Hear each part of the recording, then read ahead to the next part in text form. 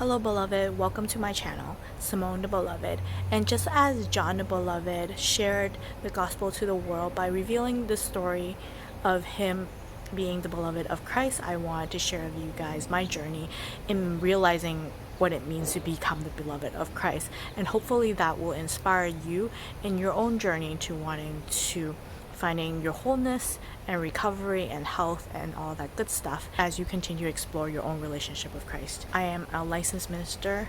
I had spent most of my 20s as a mental health professional, walking with people who had serious mental health illness in their everyday struggles. And in my 30s, I had spent most of that time serving in the local Christian church. But I found it disheartening that in the mental health profession, that anyone who spoke of their spirituality, that was automatically deemed as part of their illness or delusions. And in the local church, not many people were well versed in understanding mental health.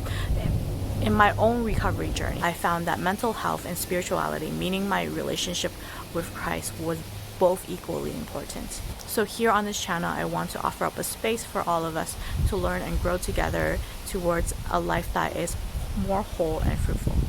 Are you ready to embark on your own journey? Remember, you are always loved, you are always accepted, and you always belong. In Christ Jesus' name.